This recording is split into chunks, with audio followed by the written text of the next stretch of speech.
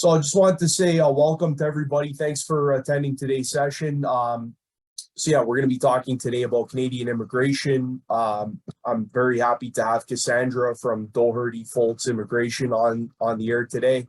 And then I'm going to be covering the CELPIP English test, which is accepted for permanent residency and citizenship. So we'll just get started in about a minute or two. Just going to let people trickle in. I just wanted to know if you can put in the chat, where are you guys tuning in from? Are you overseas? If you're in Canada, what city are you in? You could just type in the chat and let us know where you're watching this webinar from. Quebec, Iran, okay. Oh, Phoenix, nice. Nice and warm there. Jamaica, I'm jealous. Philippines, BC, Toronto. All over, wow. All over, yeah. Germany, yeah. Wow. Yeah, that's good. Yeah, we're going to cover, general Canadian immigration information today. Cassandra's going to cover that. So we hope that you guys will find this session really useful and help you on your journey coming to Canada and settling in Canada. So that's great. So we got Calgary as well. John equals Toronto, nice. Oh, Dubai, another place I would really love to visit. Have you been to Dubai, Cassandra? I have not. I haven't, but I would really love to go. It looks fabulous. Oh yeah, me too. It's on my bucket list. Yeah, totally. Oh yeah. That's great. So we got Sudbury up north. So I'm in Toronto. So I'm in Toronto, Ontario.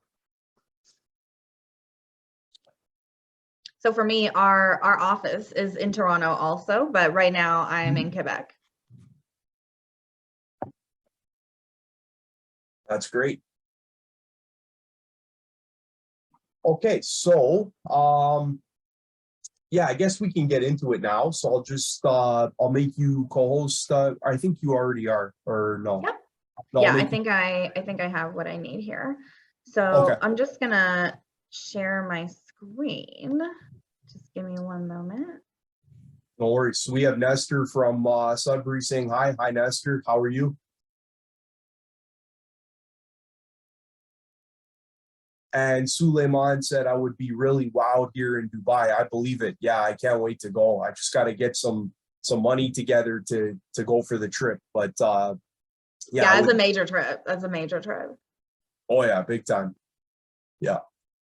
Okay, perfect. So I'm just gonna start out, and I want to talk about a couple of things with regard to, of course, express entry, which we all know is back, right? I feel like we made it. This is such an important milestone for many people, of course, but definitely for us in the office, because for us, this really signals like the end of the pandemic, like the return to normalcy, which has been something we've been looking forward to literally for 2 years. Like it was so long in coming, and we're so glad that things are getting back to normal. We're definitely not where we were before the pandemic, but we're on our way. We're on our way. So a draw has happened. It has actually occurred. Now what remains to be seen is how often are they going to do the draws? Is it going to be, like it was before, every couple of weeks?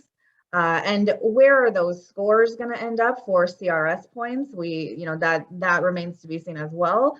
But we're on our way, which is what's most important, and we can all just resume living our lives like normal human beings going forward. So I want to talk a couple of things about the language requirements for express entry. So for anyone who's not as familiar, express entry is the main application system for how someone becomes a permanent resident in Canada as an economic migrant, meaning that you're coming based on your work experience and your education and your English language ability, all of those things, rather than necessarily being sponsored as a family member or coming as a student, right? So express entry is the system that governs most of those PR applications.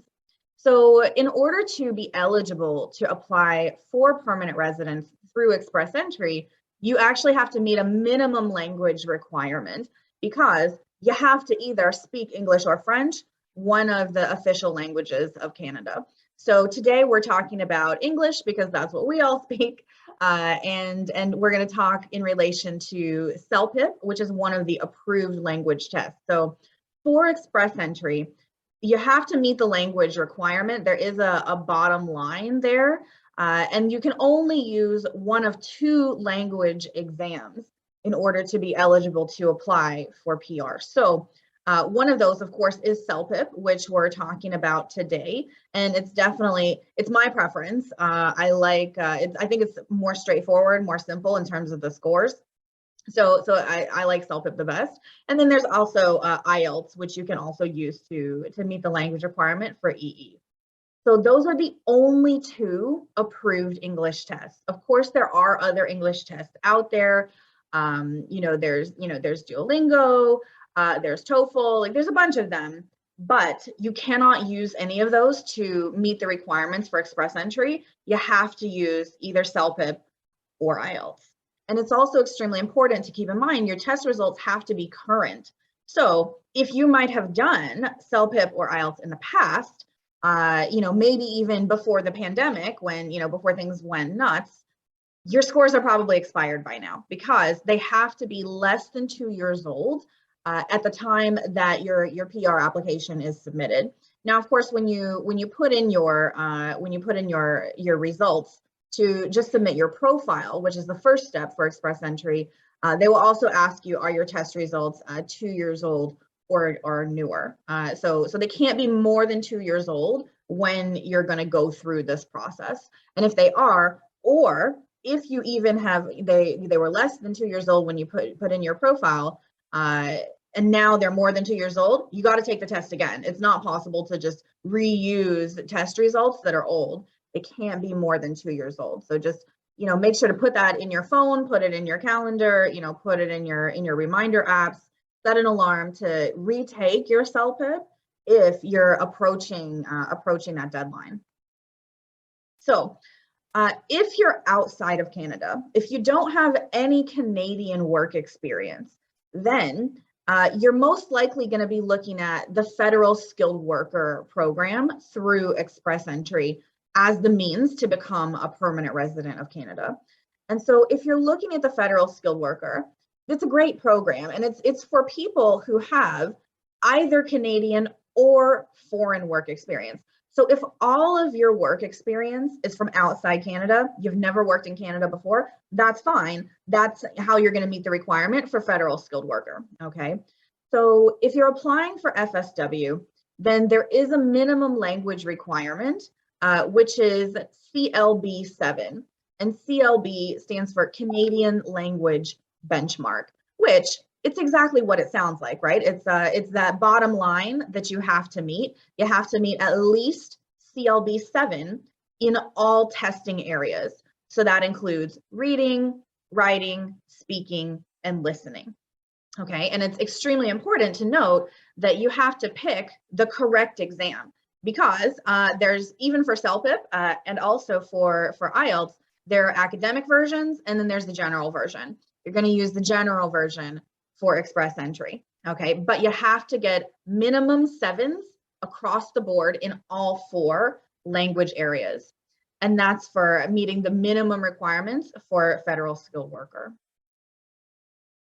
Now, if you have Canadian work experience, or you are thinking of coming to Canada to work before applying for permanent residence, maybe you're already here and you're already on a work permit, or maybe you're already here, you're studying, but you're planning to go to work after school, or maybe you have an opportunity to come to Canada on a work permit from wherever you are. If you're from one of the countries who participates in IEC, you could do the working holiday visa to get the open work permit to come to Canada. Or if your company has a presence in Canada, you may be eligible for an intercompany transferee work permit. If you're American or Mexican, you may be eligible for a CUSMA work permit, which is the former NAFTA. We all remember NAFTA. So there may be times or opportunities for you to come to Canada before actually becoming PR. And so if you do that, and you accumulate at least a minimum of 1 year of Canadian work experience, then you'll actually be eligible for Canadian experience class, which is great to apply for permanent residence, because it sort of gives you a lot of benefits. Number one, it gives you more points. There's that. Number two, there's no specific minimum education requirement. So there's that. And then also, if you see here, we still need a CLB 7 minimum on your CELPIP test for your eligible job to be in a NOC 0 or NOC A. But if your job is a NOC B, right? If your job is a NOC B, you can actually still be eligible for CEC with a CLB 5. So instead of needing 7s across the board, you can get 5s across the board and still meet those minimum eligibility requirements. So this is excellent for you if you're a tradesperson, if you're an admin assistant. There's a lot of different options for you if you have a NOC B job, and then you only have to end up with a minimum CLB 5. So just something to keep in mind for those two different programs. Now, just so we're clear, the CEC, Canadian Experience class, that's only for people with Canadian work experience, okay? So you must have worked in Canada to participate in that program. For federal skilled worker, you don't need any Canadian work experience at all. You don't need to have ever been to Canada. You just apply with whatever you already have. Okay, now I want to give you a case study of, sort of a typical applicant. So we have someone who, they're single, right? They're not married or they're divorced.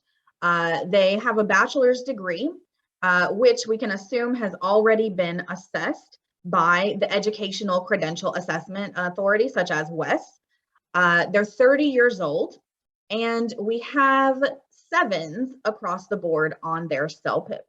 So this applicant has ended up with a total of 331 CRS points. So CRS points, of course, are the comprehensive ranking system points, because it's not enough for Express Entry to just submit an application. Of course, it's not possible anymore. You used to be able to do that. But since 2015 and the advent of Express Entry, you must be invited, right? You have to get that invitation to apply, that ITA, or you can't submit an application. And to receive the invitation to apply, you have to have a certain number of points. So of course, that number of points is based on all of these factors: your age, your work experience, your language ability, if you have a job offer, things like that. So let's assume for this case study that we have an applicant who's single, they have a bachelor's degree, they're 30 years old, and on their CELPIP, they've got 7s across the board, okay? 7s in listening, speaking, reading, and writing. So they end up with a total number of CRS points at about 331, which, it's pretty average. Like, there's definitely a lot of people in the pool with those kind of scores. And you can see here on the core/human capital factors that contribute to these points. For their official language, first official language being English, for their CELPIP test, they have 68 points, okay, 68 points. And then we'll see that this same person on the skills transferability factors, they end up with 13 official language proficiency and education points. So this is what you get if you get the minimum requirement to apply for federal skilled worker or CEC in a NOC 0 or A job. Okay, so 331 points, so keep that in mind. Now, if we have our same applicant and they're single, they have a bachelor's, they're 30 years old, but they have 8s across the board, right? They've done a little bit better this time, 8s instead of 7s, so more than the bare minimum. Then they end up with the same skills transferability, but look on the core/human capital factors. Official languages, 92. So just like that, going from 7 to 8, you've gone from 68 points to 92 points for your first official language. Okay, so we've already increased from low 300s to mid 300s, and you're going to see this trend continue. So if we take our single applicant with the bachelor's degree who's 30, and they score nines across the board. Now they're really cooking. Just like that, now they have 424 points, okay? 424 CRS points. And we've gone from 68 points for first official language with sevens to 124 points. They've nearly doubled their points for first official language. So now they have 124 points on their core/human capital factors. So they're already going as fast as possible. They're doing great with their nines. And then you'll see that in addition to more points for core/human capital, once you hit that 9, you also get more points for skills transferability, because you've gone from 13 to 25 points there for your official language proficiency and education there. So 424, this is a huge difference, a huge difference. And then finally, if our applicant who's still single, still has a bachelor's, still 30, gets the highest score, okay, they get the highest score possible on their CELPIP exam, now they've got 436 points. This is great. This is making a huge difference. And so now on their core/human capital, they've gone from 68 points with sevens to 136 points with the highest score. So, the picture that I want to paint for everyone here is this is really important. It's so important to score as high as you can on your CELPIP exam. Okay, it's imperative that you do your absolute best on this exam, because it's the easiest way to increase your points. You can't make yourself any younger, of course, right? If you're 38, you can't just dial back the clock and go back to be 30 and get that extra 200 points they give you for just being young, right? So it doesn't work that way, unfortunately. But what you can do is you can increase your language score to increase your CRS points. So don't lose sight of that. It's extremely important, and it's an excellent strategy that a lot of people employ to better their points.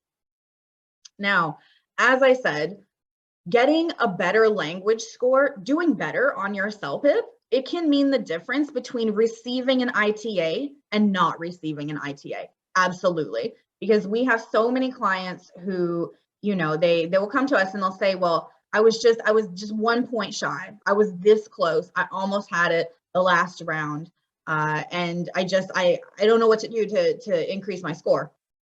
And the first thing we always talk about is doing better on your language. It's the easiest, most straightforward way that you can increase your CRS points. And I'm sure that everybody's aware that last week we finally had our first draw in 2 years for no program specified, so all programs. And the score was 557 points. So, that means a few things. It means that, number one, the pool is full of people. There's a lot of people in the pool. Over 200,000 the last time that I looked is a lot of people. And then it also means that because there haven't been any draws, no one's been coming out of the pool, so it's just been piling up. And so the points they're a little bit artificially inflated. We don't expect the points to stay in the 500s, certainly not forever. That would really be shocking. And honestly, if the points stayed in 500s forever, I think the government will probably have to do something about that. I don't think that's a sustainable solution. So what it does mean is that it's more important than ever to maximize your language scores, because like I said, it's the quickest way from A to B to make sure that you're in the best position to receive that ITA so that you can apply for permanent residence. And even if that means, going through one of the provinces, even if it means going through a different program, you want to have the best language score that you can to maximize those points. Now, one other thing that I want to talk about is you can also increase your CRS points for express entry by studying in Canada, by going back to school. So if you're that person who has a bachelor's and you're thinking about doing a post-graduation or a post-grad certificate or diploma, or maybe you're even thinking about doing a master's program, that's fantastic. You totally should. It's great, from an immigration standpoint, but you can double your money for just coming to school in Canada, right? So if you're thinking about doing that anyway, consider coming to Canada to do your study, because you can work while you study, and then you can receive a postgraduate work permit and use your Canadian work experience that you'll get on that work permit to then become eligible for PR under the Canadian experience class. So if you're looking at these points and you're like, how am I going to do this? It seems so far away. Going back to school is a great option, and going back to school in Canada, it's an even better option because it opens many more doors for you by offering you that postgraduate work permit so you can get Canadian work experience and then apply for PR under the Canadian experience class. And then when we're talking about that study permit application, it's just as important to do well on the language exam. So including language results like your CELPIP exam with your study permit application totally increases your chances of approval. So you can see here, we have an example refusal reason. This is taken directly from someone's refusal letter who came to us after their study permit had gotten refused. They had done it themselves and didn't know what to do, how to fix this. So this is one of the reasons they were refused. And what immigration said was, your proposed studies are not reasonable in light of your qualifications, previous studies, mark sheets, academic record, level of establishment, language abilities, financial abilities, or your future prospects or plans. And I can tell you that for this particular client, they did have a CELPIP test that they had completed, but their scores could have been better. Their scores definitely could have been better. And what it looks like, if you're doing a study permit application and you either don't include any language test results at all, or you include old ones that are probably more than 2 years old, or if you include them but you didn't score that great, it makes it look like you're not going to be successful in your academic program. Immigration thinks you're not going to pass, right? They think you're going to come to Canada, flunk out of school because your English isn't good enough. Now, it may seem like kind of obvious. It may seem like a given. Well, obviously, I speak English, especially if you went to school in a country where English is the first language, or if you went to a school where the courses are taught in English. So if you studied in an English speaking country, or you went to a school where specifically that school teaches in English, you might think, oh, well, it's obvious. Like, obviously I speak English. I am here to tell you it is not obvious to immigration. It is not. Because I can actually tell you that this person who got this refusal, they had done their bachelor's degree. It was a master's degree. It was a master's degree. They had done it in the UK. In English, obviously, it's the UK, right? They did their whole master's degree in English and they got this refusal reason, right? Because their CELPIP scores weren't that great. So the advice that I would have given to this person if we had spoken before they submitted the application would be, do your CELPIP again, right? Do it again, do better on your language so that we can take away that possibility for that reason of refusal. Because I'm here to tell you, especially when it comes to study permit applications, it's a lot more discretionary. It's a lot more discretionary than when we're talking about express entry. And so in those cases, officers can just take one look and say, well, you have fives and fours and fives, or fives and sixes in your CELPIP.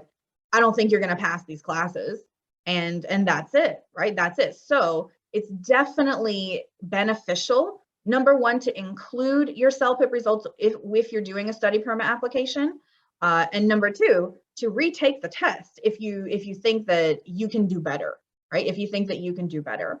And so if you're thinking about applying for express entry, but you don't think that you maybe have the points that you need, going back to school is a great way to get more points. And going back to school in Canada is the best way. It's from an immigration standpoint, of course. Of course, I'm biased. I know that everyone doesn't live in my personal immigration world where people just do things for immigration, but it's definitely good for you from a points perspective.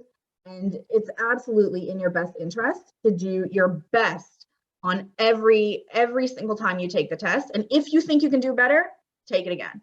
Take it again. It's worth the investment. It's worth the time. It's worth the money, and it's also worth really putting the effort forward to study ahead of time, right? To study ahead of time. That's great, Cassandra. Thanks so much for the great information. And yeah, I was amazed that, how what you score in your English test can really make a huge difference on the amount of points that you get. Huge. Really, really fascinating to know. So it's the thing that you can control the most, I guess. Absolutely. That's a great way to look at it, because some things are not in your control, right? Who else is in the pool is not in your control. How many other people are in the pool? Not in your control. When the draws happen, how many people they draw is out of everyone's control, but you are totally in control of this language score. Yeah. Yeah, so we got quite a few questions here. So I don't know, some of them are a little bit complex. So I don't know if you wanted to take a look at them, Cassandra. They're in the Q&A button down at the bottom there. Okay, sure. Okay, so actually I see one in the chat, and then I'll move to the Q&A. So Sure. Rochelle asks, when's the best time to apply for PR, since I'm in the process of applying for a postgraduate work permit and waiting for my work permit? So it really depends, okay? It's really dependent on your own circumstances.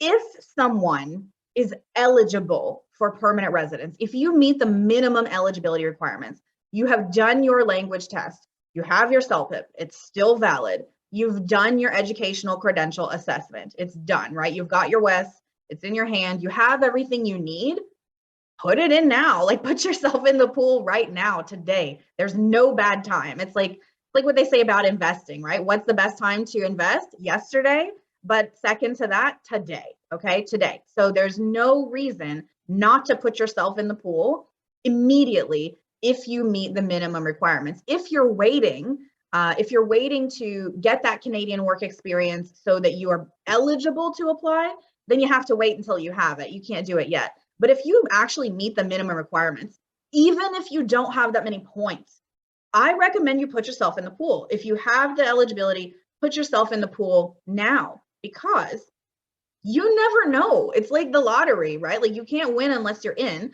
and you never know when there could be a crazy draw, like in February of last year, of 27,700 people, and the minimum score was 75, right? Now, those people, that was for CEC only, so only people with Canadian work experience. But I'm here to tell you that was a real life miracle. It was a real life miracle that actually made people get PR who never thought they would have had a chance. Even, like, I know some of them, and they were just in there and got lucky. But that can happen. It can happen to you. It can happen again. You never know. So if you have those minimum requirements, just go in the pool right now. Do it. There's nothing holding you back. It doesn't cost anything. It's free to submit the profile. If you're not confident submitting the profile, of course, you can work together with a consultant or someone to help you submit it to make sure it's correct, which is extremely important, because if your profile is not correct and you receive an ITA, you can't accept it, because your application is just going to get refused.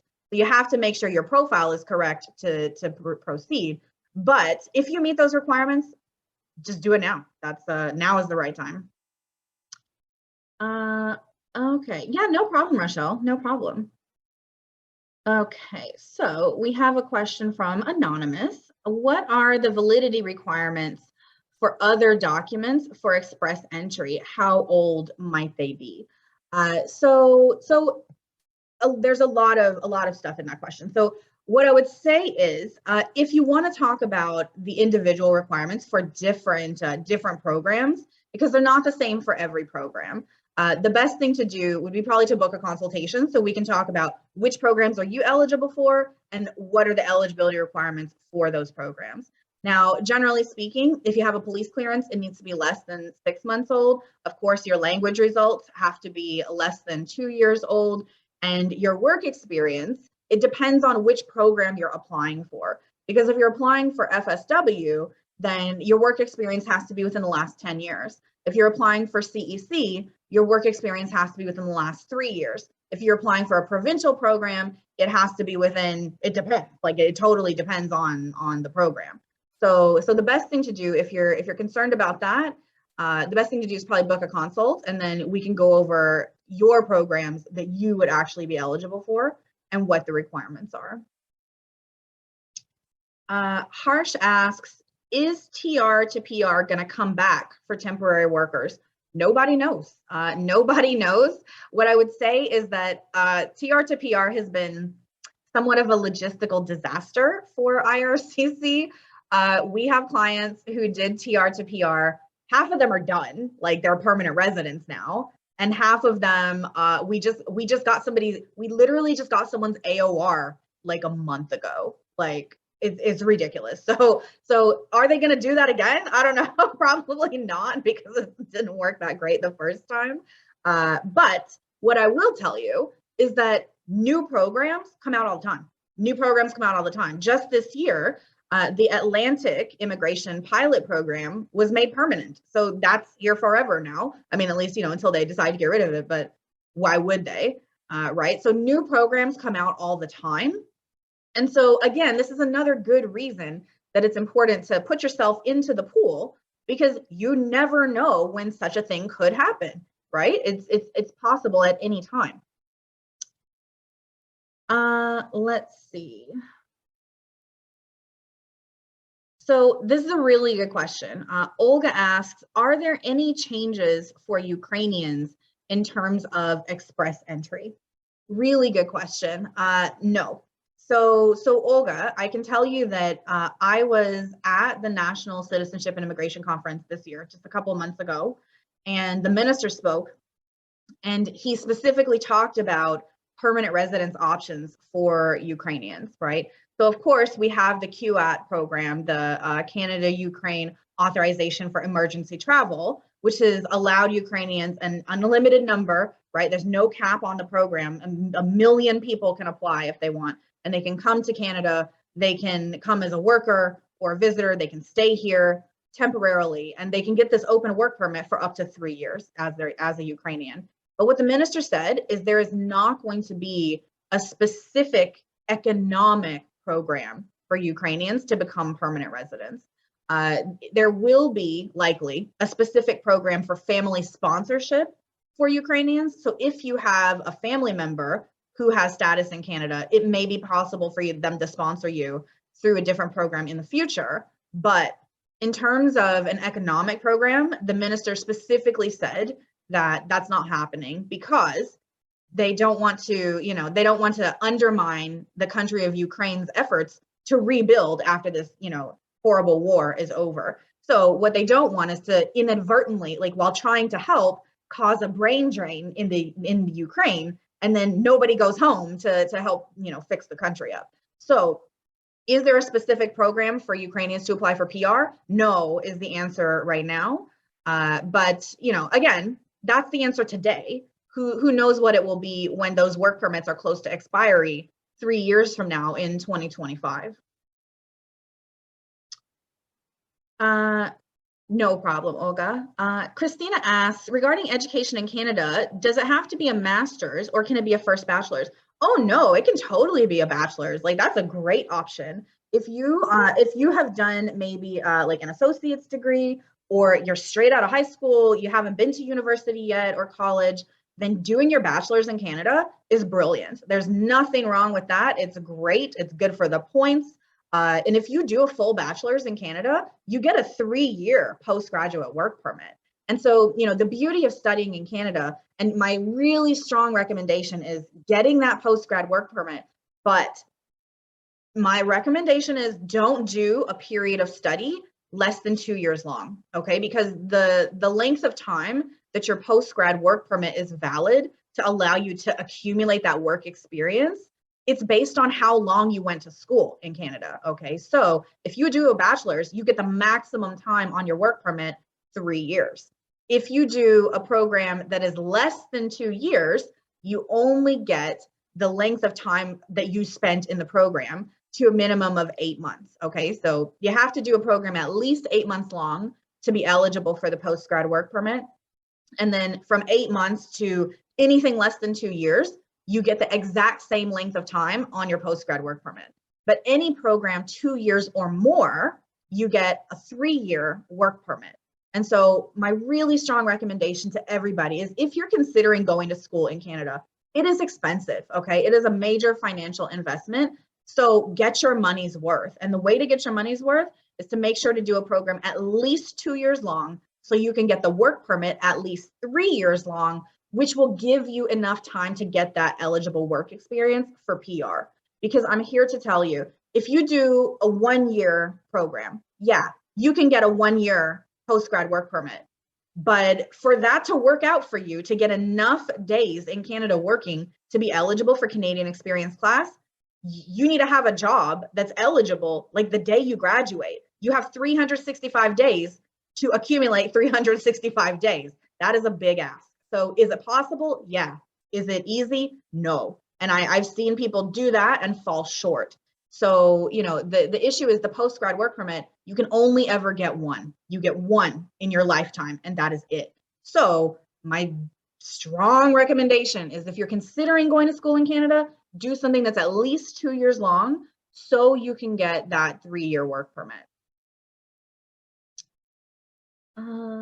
Let's see. Yeah, so Brian asks, he says, I'm an IT professional in the Philippines with 6 years of working experience in NOC B. Do I have a chance to be invited for express entry? I'm currently reviewing for a CELPIP exam. So it's a really good question, Brian.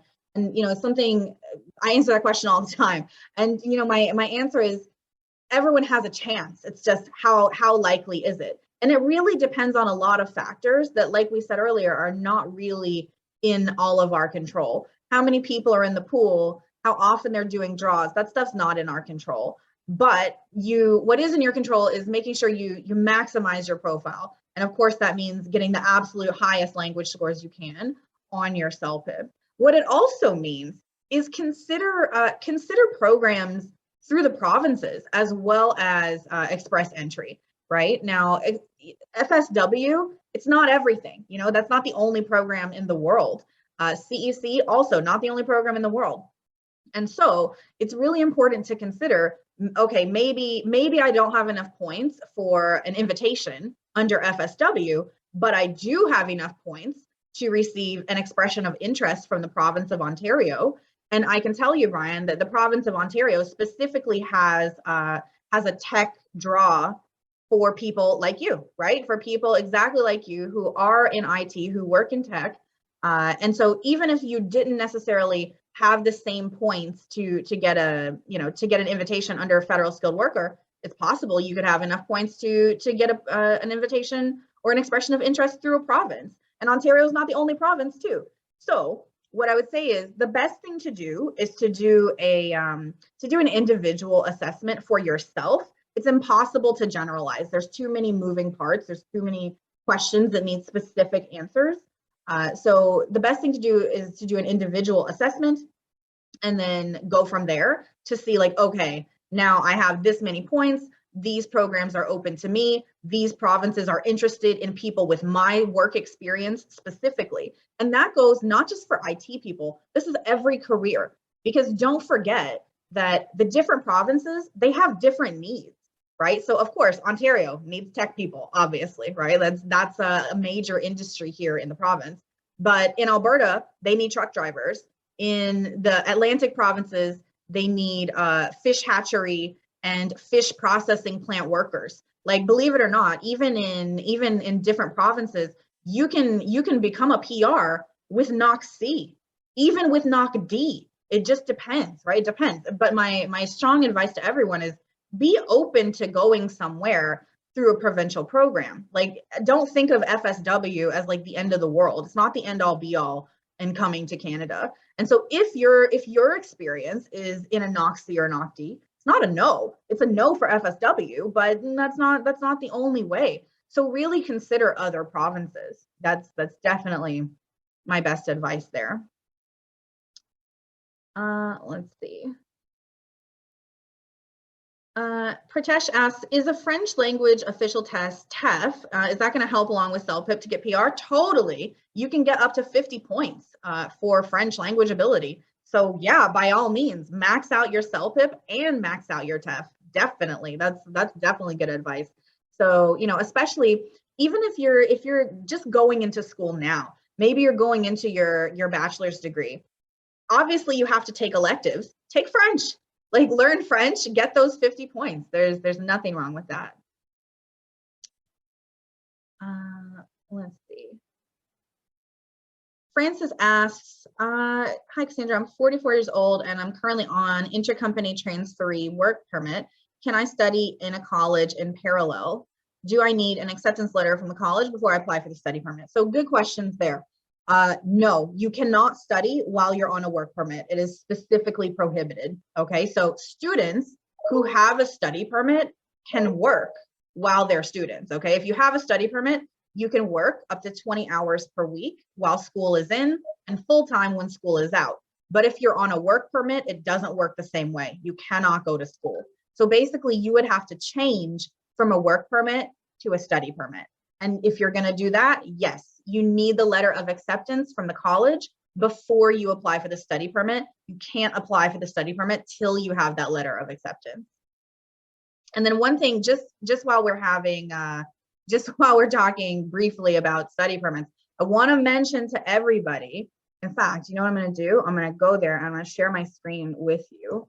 I want to just mention the designated learning institution list to everybody. Okay, so the designated learning institution list, if you're considering applying for a study permit, you have to make sure the school is on this list. Okay, designated learning institutions.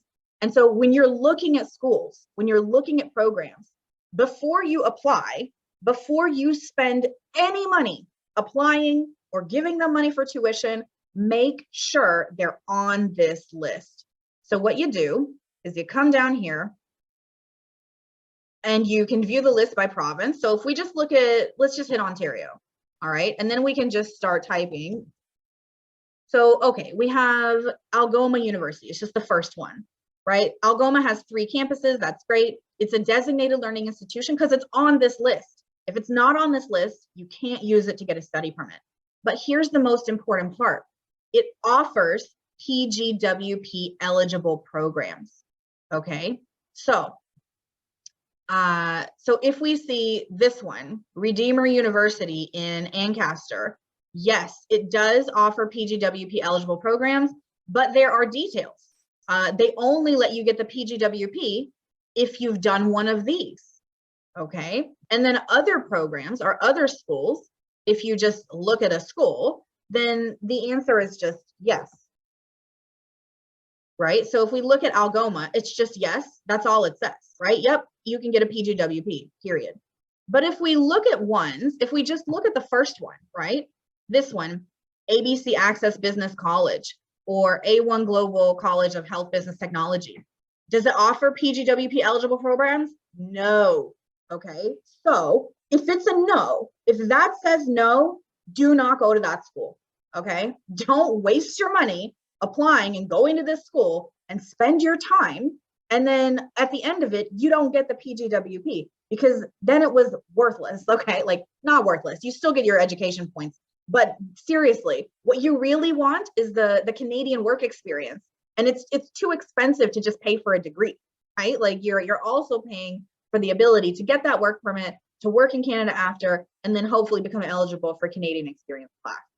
So I just want to make sure everybody knows about the designated learning institution list and knows to look at it before you apply to a school. If it's not on the list, you can't even get a study permit to go there. And even if it is on the list, if they don't offer a PGWP, it is not worth your time.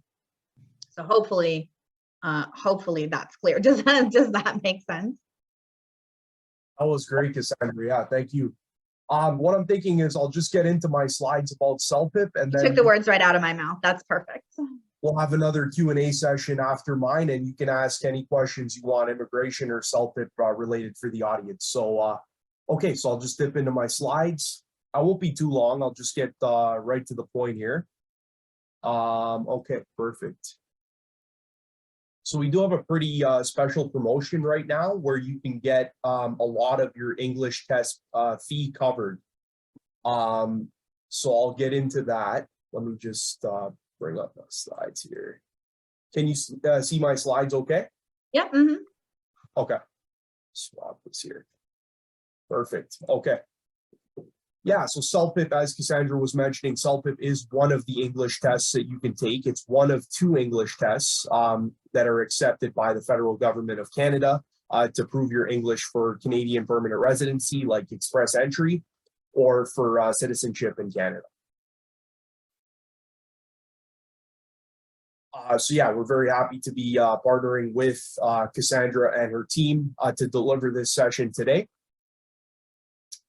Just to give you an idea, so we do have CELPIP test centers around the world. So you can take it obviously in Canada, but then there are other parts of the world where you can currently take a CELPIP test.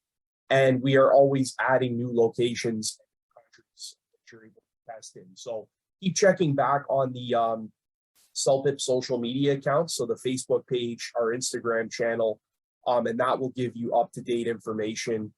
We will post any news of new test centers opening up on those channels. And don't worry, I will get to everybody's questions as soon as I'm done my presentation in about 10 minutes. So in Canada, we're well covered. So you can take a CELPIP test in most of the major cities in Canada. Depending on which province you're in, we likely have a test center nearby. In Toronto specifically, we do have tons of test centers, depending on what part of Toronto you live in. We also just opened in Aurora, Ontario, so near Newmarket. We just opened a test center there. But we are well covered. So we have test centers downtown, in the west, in Mississauga and Brampton. We have the east, Scarborough. We have North York, Richmond Hill. So we are well covered, depending on where you live in Toronto. So there are two types of CELPIP tests you can take. If you need to take an English test for immigration, then you would have to take the CELPIP general test, which covers the 4 skills: listening, reading, writing, and speaking. So that test costs $280 Canadian plus tax, and that is a 3-hour long test. But you are able to finish the test early, so then you can end up finishing the test in 2 or 2.5 hours, and you can exit the test center once you've completed your test. If you're applying for citizenship, then we have a listening and speaking only CELPIP test. So that's the test at the bottom, which is the CELPIP General LS test. So that has only the 2 components, listening and speaking. So it's only about an hour long because you're only doing the 2 sections, and it's also a lot cheaper. So it's $195 Canadian plus tax. So just to recap, if you're taking CELPIP for PR, which includes express entry, you would want to take the CELPIP general test at the top. And then if you're already a permanent resident and you're applying for citizenship, you would need to take the CELPIP general LS test at the bottom there. So what makes CELPIP different from other leading English proficiency tests? So first and foremost, it is Canadian. So the test utilizes North American English. When you're doing the listening section, you will be listening to conversations in Canadian accents. So if you're already, if you've been living, working, or studying here, the Canadian accent will be something that you'll be familiar with. Because I know some other English tests, you might be listening to a British accent or an Australian accent, which if you're not familiar with it, it can be hard to understand sometimes. So CELPIP uses the Canadian accent in the listening section. The test is computer delivered. You do have to go to a test center. So as of right now, it can't be taken from home, but you do have to go to a test center and take it on a computer. There's no paper format of the test at the moment. The results come out in only 4 to 5 days after your test, so fairly quickly. And actually, due to the pandemic, right now you can download your results onto your computer as a PDF and submit them online for permanent residency or citizenship. So right now we're actually not mailing the physical score reports, but you can conveniently download your results onto your computer from the CELPIP website and then apply online and submit your language results online for immigration purposes.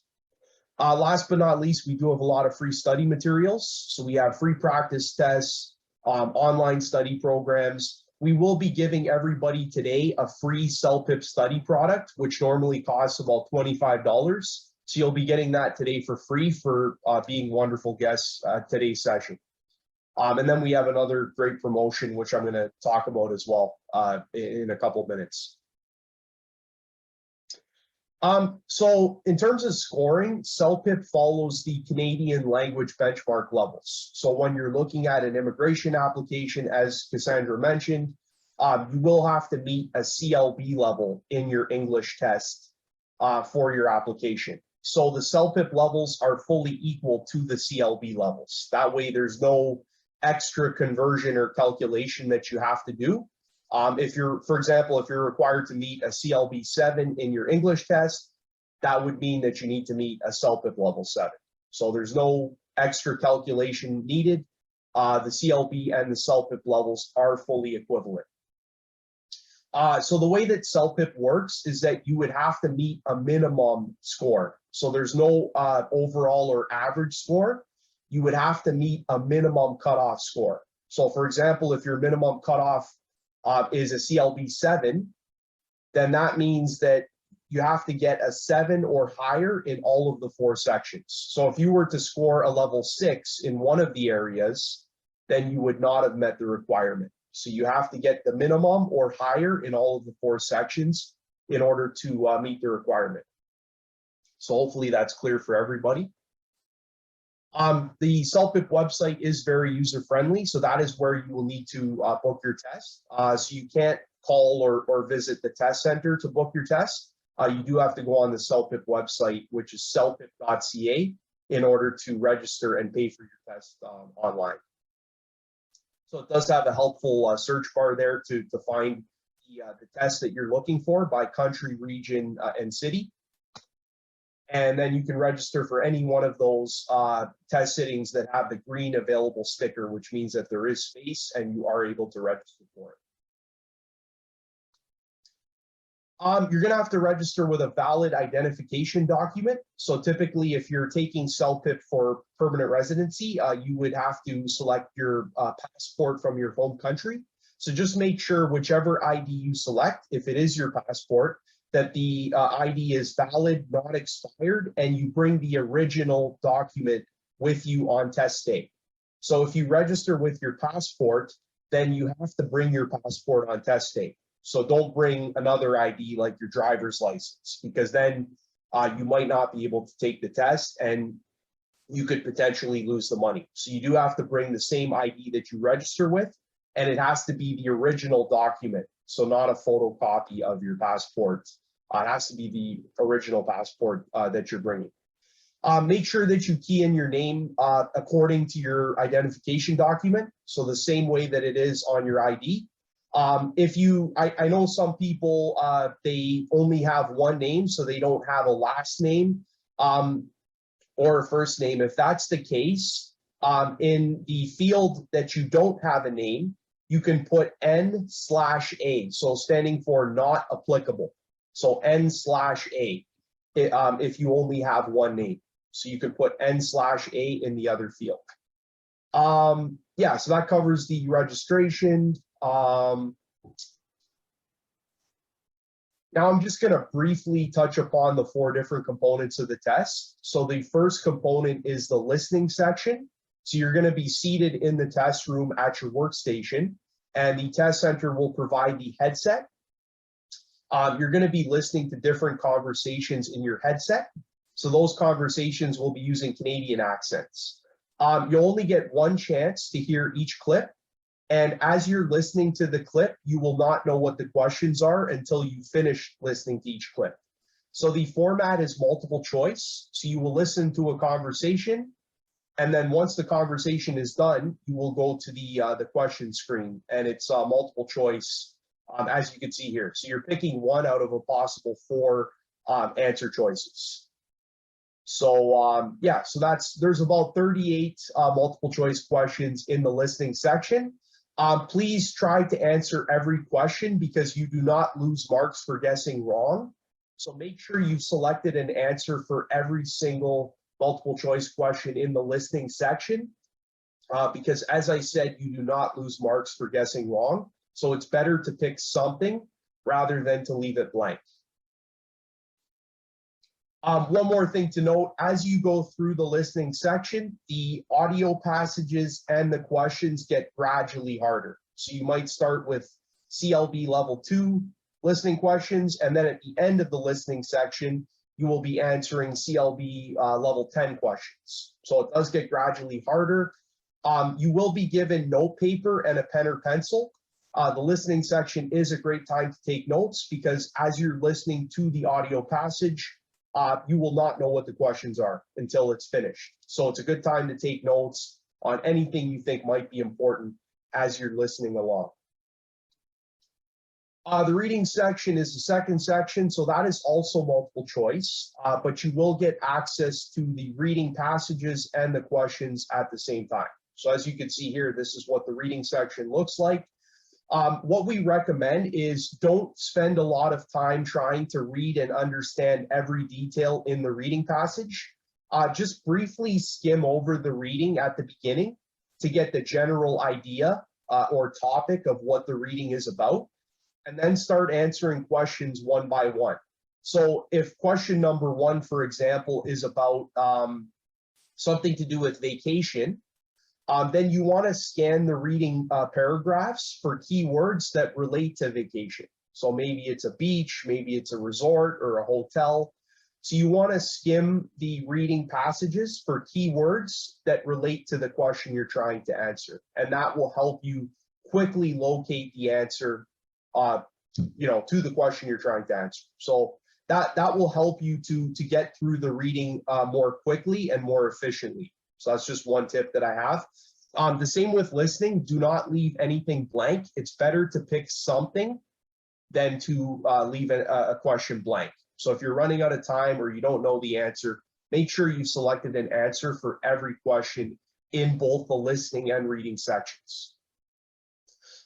If you don't want to wait for the time to expire in the CELPIP test, you can click the blue next button at the top, and that will advance you to the next section. Just keep in mind, you cannot go back. So once you've advanced, you cannot go back in the CELPIP test to change any answer in a previous section. So you can only go forward. The writing section is the third section you will encounter. So the writing has only 2 questions, but you're given about 30 minutes to answer each question. Task number 1 is going to be writing an email. So I'm sure all of you know how to format a basic email. This is an example. So CELPIP is a general test. So the topics and the scenarios are always going to be general everyday life topics. So just as an example, in this particular question, you have to write an email. So you went to a famous restaurant last night, but you did not have a good experience. So the next day you're writing an email to the restaurant manager. And then on the right side, it tells you the 3 things that you have to include in your email. So you have to, number 1, state what problems you had with the food you ordered. Number 2, complain about the service. And number 3, describe how you want the restaurant to resolve the problem to your satisfaction. So when you're doing this writing task number 1, make sure that you're addressing all 3 points in your email. That way you're satisfying the requirements of the question. So, that gives you an idea about the writing section. One good thing about the CELPIP writing section is that you have access to common editing tools like cut, copy, and paste if you wanted to move your sentences or paragraphs around. The most popular thing about the CELPIP writing test is that it does have spell check. So if you misspell a word on the real test, the system will underline it, the same as it would on a Microsoft Word document. And then you can right click on the misspelled word and it will give you suggestions. So having said that, it is very hard to lose marks for spelling in the CELPIP test because it does have that spell check aid, which you will have access to. You will have to keep your answers in the writing section within a word count range. So you'll have to write, you'll have to keep your response between a minimum of 150 words and a maximum of 200 words. But because CELPIP is computer delivered, it does have an automatic word counter. So it's going to tell you how many words you've typed as you're typing along. So you just have to make sure that you keep your response within that word count range so that you don't lose marks for not following instructions. The speaking section is the last section that you will encounter. So speaking is a little bit different in CELPIP than in other English tests. So there's no live face-to-face interview with an examiner. You're actually just following instructions on the computer screen in front of you and then providing responses into your headset microphone. So you're not going to be evaluated live face-to-face, so you won't have to worry about, making eye contact with the examiner or your body language. You're just going to be providing responses into the microphone. Those responses will be recorded and then listened to and graded at a later date by CELPIP speaking raters. So your responses will be recorded, listened to, and graded later. So it's a little bit different setup. Just make sure that you use the full amount of time, give a full response. And as an example, task number 3, you will be given a picture and you'll have to spend about a minute describing what you see in the picture. So for task number 3, you want to pretend the person you're describing the picture to can't see it. So you want to start with like a general brief introduction of what you're looking at, and then you can go into more detail about specific things that are happening in the picture. So that's one exercise that you will encounter, but every test is going to have a different picture. So just keep that in mind. Yeah, so that basically sums up the 4 components in a very quick amount of time. But we do have a free practice test you can access on the website if you really want to find out how CELPIP feels. So the practice test that we have on the website is the same format as the real test. So it is a very close simulation of the real CELPIP exam. So the good thing about the practice test, it is free and you do get approximate listening and reading levels. So you will get approximate CLB scores for listening and reading based on your performance in the practice test.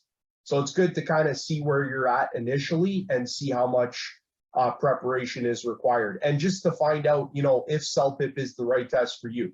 So take the practice test and that will help you make your decision.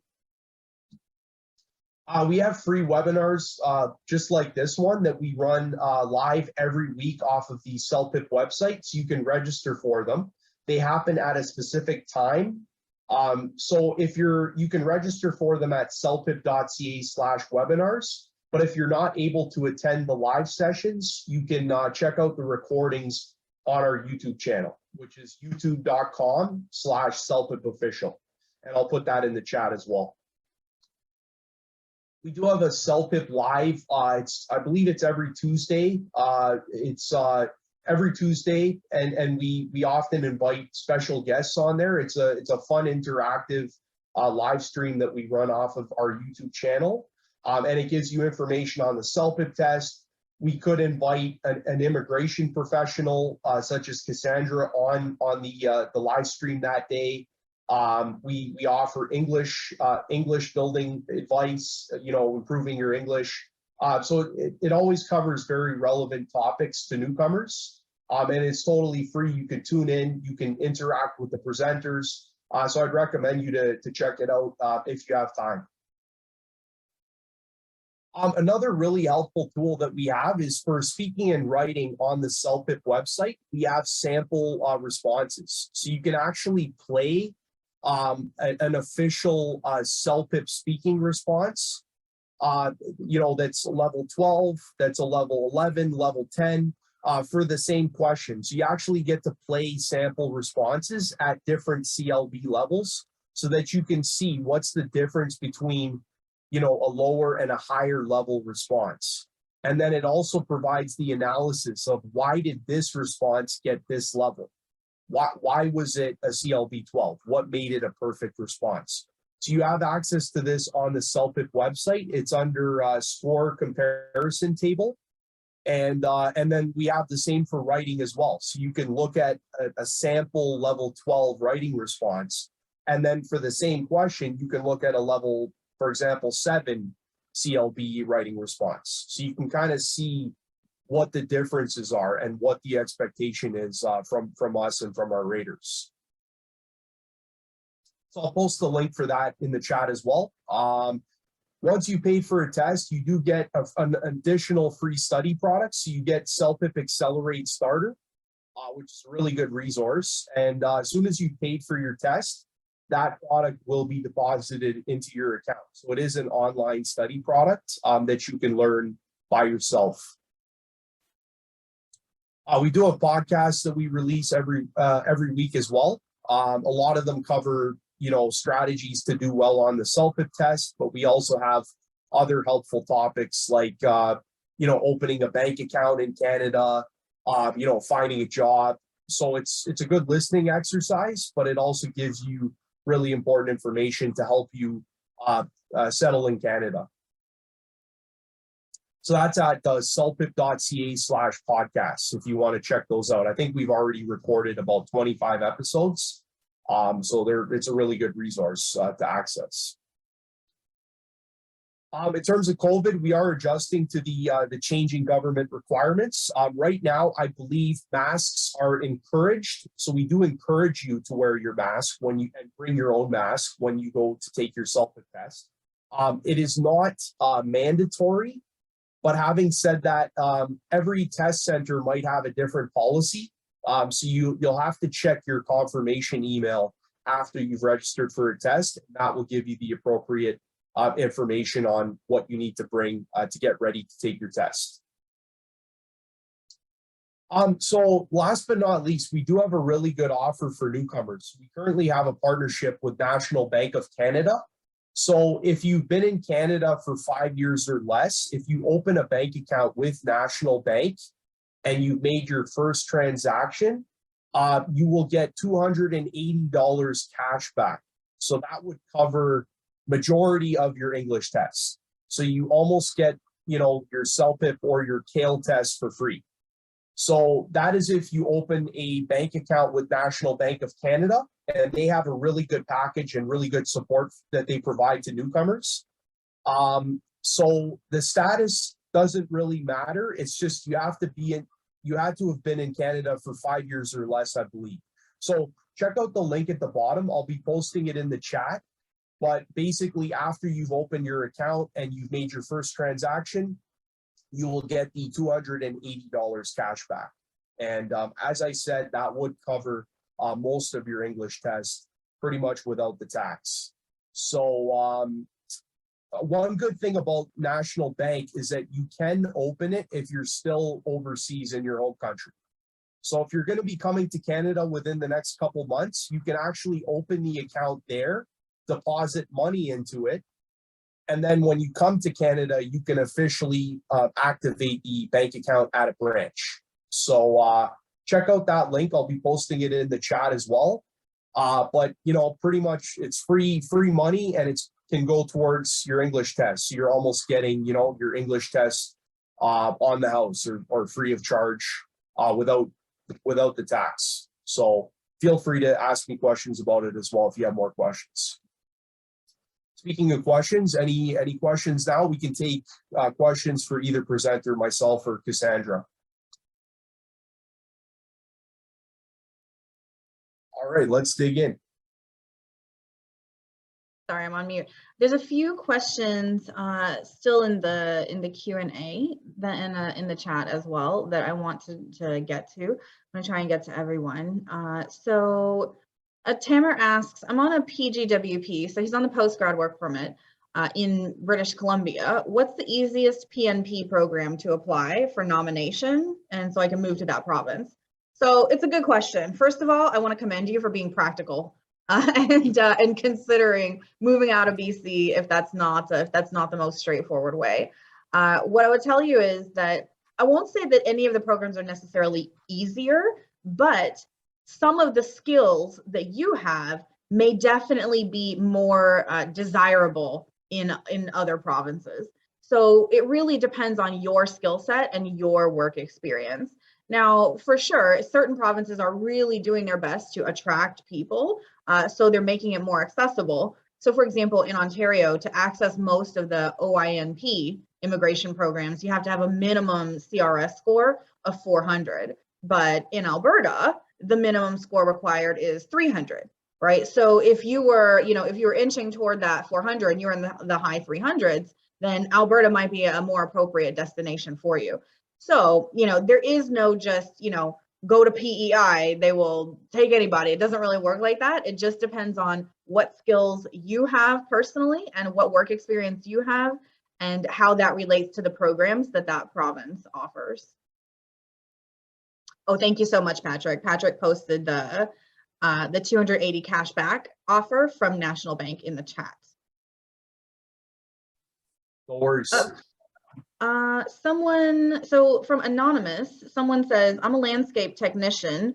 For Canadian experience class, the 1 year experience, does it need to be full-time or can it be part-time / seasonal? So it can be part-time, but you have to meet a certain number of hours, okay? So you have to have a certain number of hours to meet that minimum eligibility requirement. You can accumulate the hours over part-time, but if we're talking about, CEC, you need at least minimum 1 year full-time to qualify. So if you're working part-time, it's probably going to take you closer to 2 years. You can use that, but it's just going to take you a little bit longer to get there. But it's definitely not out of the question.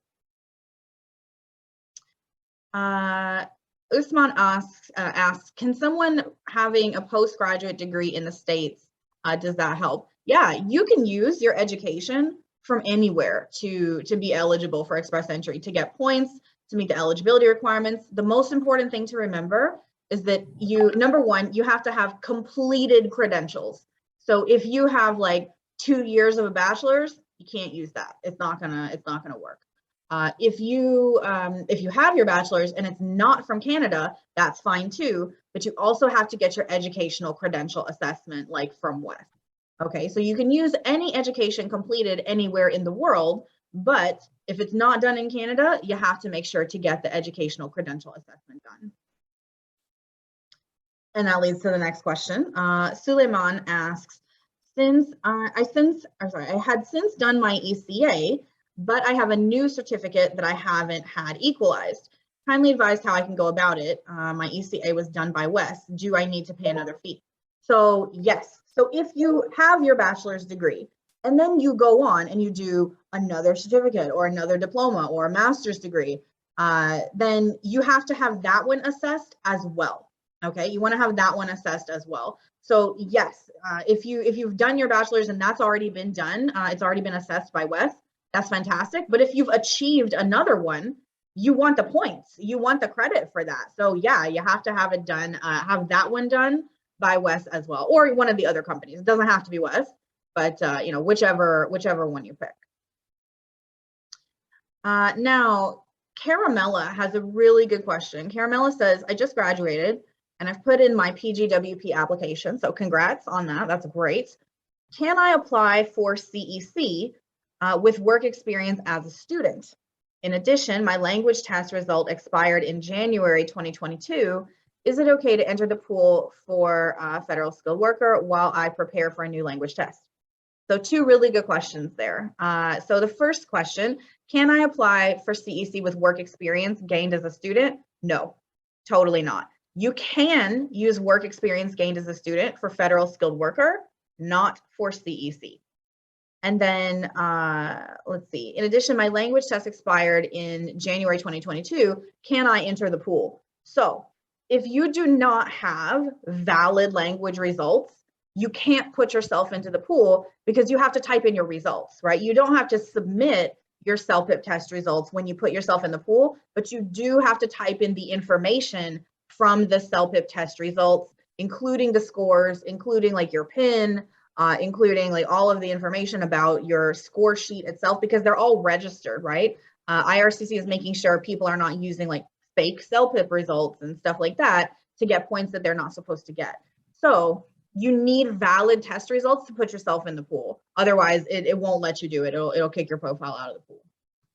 So good questions there. Harsh asks, I came after high school from India and did a 2-year diploma, but I'm not getting enough CRS points for express entry.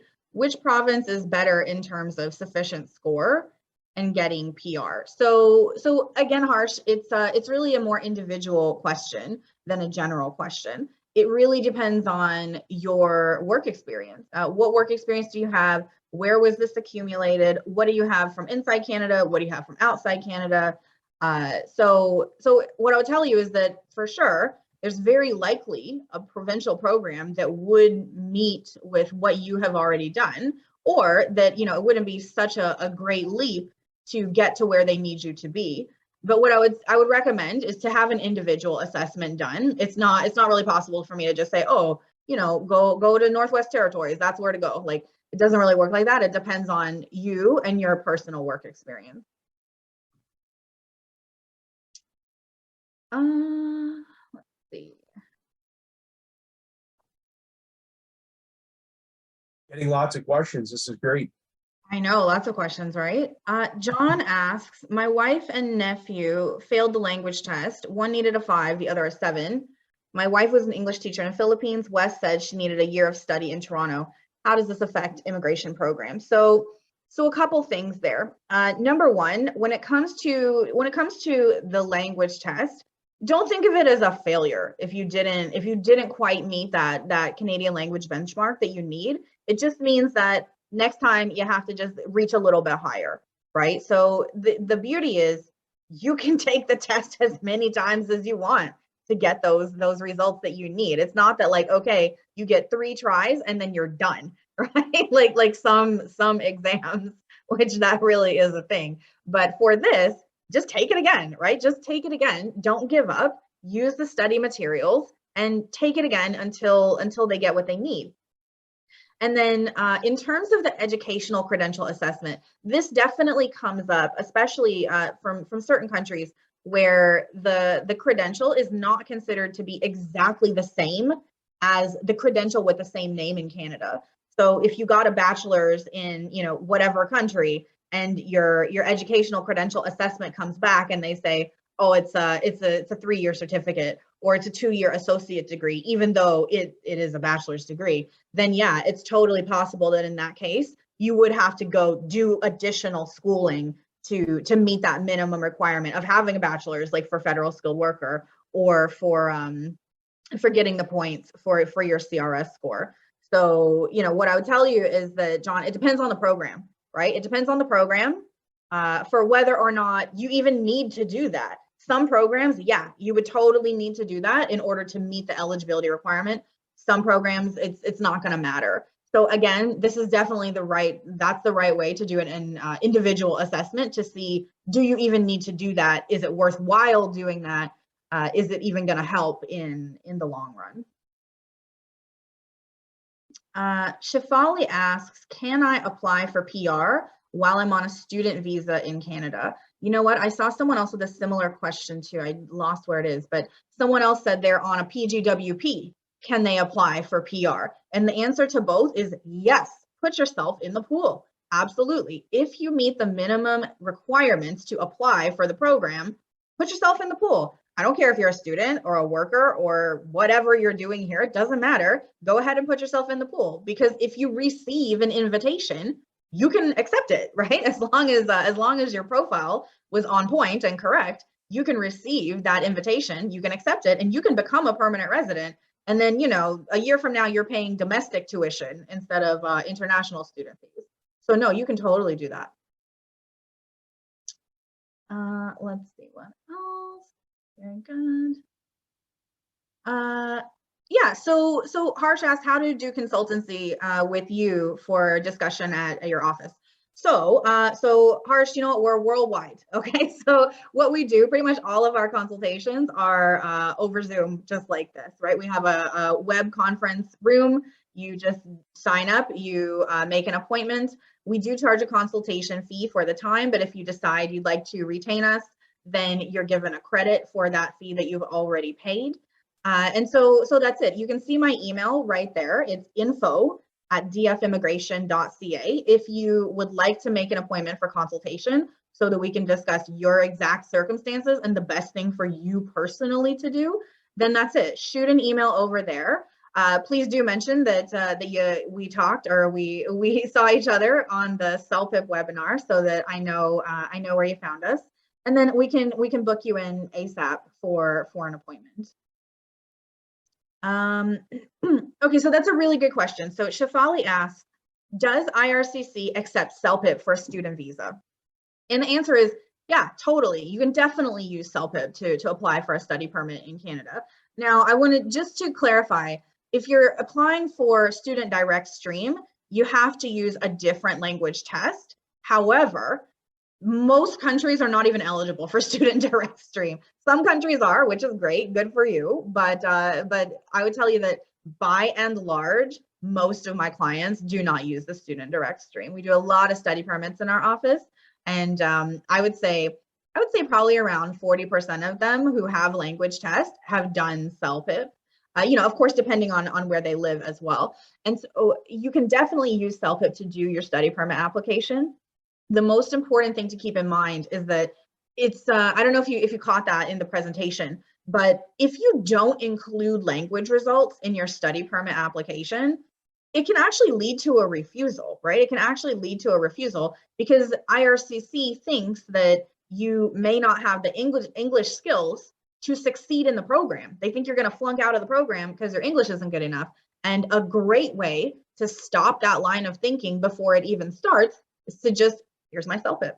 Like, clearly I speak English, right? I got CLB 6s here. Like, I clearly can communicate. I understand English just fine. So there's no problem. So I definitely recommend anybody who's considering applying for a study permit, I definitely recommend do an English test. Even if it's not specifically required, it's not mandatory unless you're doing student direct stream, but it's always beneficial. It's always beneficial. Let's see. Nestor asks, for Canadian experience class, what documents valid to support my experience? I know that it's necessary to match with a NOC, but in my country, the job certificate only mentions the position name and dates, but not the responsibilities. That's a really good question, Nestor. Honestly, this comes up all the time. It happens all the time, even for people who have work experience in Canada. And it's the weirdest thing, but like so many big companies, like smaller companies is not really an issue because you can just talk to them, right? But like a big company, if you work for like TD or something, like some huge corporation, they don't want to put any of that stuff. And it has something to do with like liability. They don't want to say you did something. Honestly, I don't get it. I don't know why they act so cagey about literally putting someone's job that they actually did on the employment letter. It's weird. I don't know, but it happens all the time. But what I would tell you is that there's more than one way to skin a cat. What you can do is you can get other documentation that you work there, that you did that job. Okay, so just for example, one indication is pay stubs, right? You have indication, or you have the proof that you actually got paid to do this job. So for example, if somebody is saying that they were a restaurant manager, well, their pay stubs should look like they were on salary, right? Their pay stubs shouldn't be $5 because they got paid all their money in tips, because that means they were probably a bartender or a server, not a restaurant manager, right? So there's other ways that you can demonstrate you meet the work experience if the employer is being cagey about the letter of employment. Let's see. Shafali asks, is it right to apply for student visa and PR at the same time? Will this affect our chances of getting student visa? So it's a good question.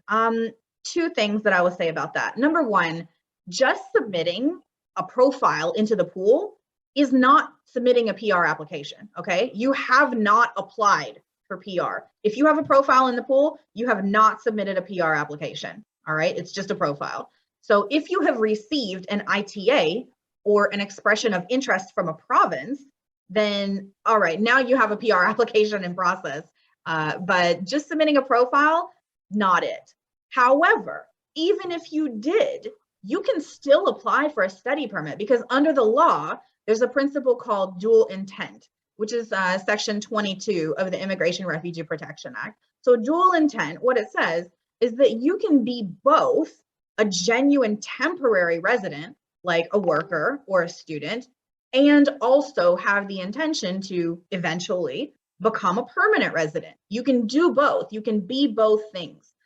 So yeah, you can totally do that. But just so we're clear, having submitted a profile, it doesn't even mean you've applied for PR in the first place.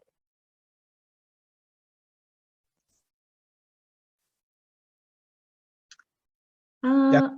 All right. Just feel free to take as many as you like. And yeah, definitely we'll be including your contact information in the email that goes out to everybody. So if you want to get in touch with Cassandra or myself, we're going to send out an email tomorrow, which has both of our contact infos. So Perfect. Yeah. I think we pretty much made it to the bottom. I have one. I'm so sorry. Your name is cut off. I can't see the rest of it. Macarello.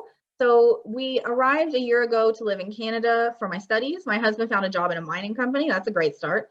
I'm studying for an English program for academic purposes. We want to apply to the Northern and Rural Immigration Pilot. Cool. When I study for an English program, I have to take the CELPIP exam. So yes. So if you're going to apply for permanent residence, you're going to have to take either the CELPIP or the IELTS. Those are the only two tests that are recognized. And then of course we have our favorite CELPIP. Like, you saw on the chart earlier where it's like CELPIP 4 is CLB 4, right? CELPIP 8 is CLB 8. That's why I like it. It's much easier and straightforward. It's not like, okay, well, you got like a 2.67. What is that? Let me check the chart. Like, it's a lot more work, honestly. So that's why I go for the CELPIP. But yeah, it's you have to take the English language exam for sure. John asks, what's the difference between an expression of interest and a PNP? That's a really good question, John. So if someone is applying for permanent residence through one of the provinces, okay, then there's two things to keep in mind. Number one, most provinces actually utilize the express entry system to get their immigrants, okay? So you put your profile into the express entry pool, and when you're doing that, you select which province or provinces you're interested in living in, okay? And you can select all, right? You can just hit all of them, and then you could receive an expression of interest from any province. So you're in the pool, right? You meet the requirements. And let's say that Alberta is interested in you. So you could receive an expression of interest from the province of Alberta. And what the expression of interest is, think of it like this. It's like a provincial invitation to apply. Okay, so if you're applying through one of the provincial programs, first you receive the expression of interest from the province, and then you respond to it. You actually have to do an application to the province, okay? And then if the province says, yep, we want you, John, that's right. So then they will nominate you, okay? They'll issue a certificate of nomination. And then you'll go back into your express entry profile and you accept, right? You accept the nomination. And so once you've accepted the nomination, now you get the points for having a provincial nomination, which is like 600 points, right? So if that happens, obviously we don't deal in certainty, but it's pretty close to 100% that if you get the PNP nomination, you have enough points to get an ITA. So now that you have the nomination, you have your 600 points plus all your other points, then the next time that there's an express entry draw, you should receive an invitation to apply for PR. Okay, so the expression of interest is like the province nudging you, being like, hey, we like you. Do you like us back? And then you respond, yeah, I like you back. And then if you respond that you also like the province back, then they issue the provincial nomination. Okay, so the certificate of nomination is what gives you the points, the 600 points for the next express entry draw. Okay, so the expression of interest, it's like it's like a provincial ITA basically in the, you know, to make it clear. Okay, I think we made it to the bottom, Patrick. We made it. All right, Yeah, great job so on answering all these questions. oh, that's my pleasure. It's my pleasure. So yeah, if you have questions that we didn't get to talk about, if you have questions about your own specific circumstances, then by all means, please send an email, and then we can schedule an appointment, and then we can have a detailed conversation about your circumstances. Yeah, please get in touch with us if you have additional immigration questions. Don't be shy or reach out to Cassandra and her team. And yeah, we'll be doing another one like this in a few months. So keep checking back on our social media, and we'll be sending everybody tomorrow the webinar recording if you wanted to rehash any of the information that was provided today. But just wanted to thank Cassandra again for being on the air and providing this great information. It's always great to do these sessions with you. And yeah, tell Anthony I said hi, and I will. yeah, everybody has a great successful journey to Canada, and you enjoy your summer, and yeah, stay safe out there. Yeah, you guys take care. Thanks for having me, Patrick. It was really a pleasure, and thanks to everybody for coming. It was nice speaking with all of you. And just, you know, take care, and we'll see you over here on the other side. Sounds great. All right, have a good one, guys. Take care. Stay safe. Take care. Ciao, ciao.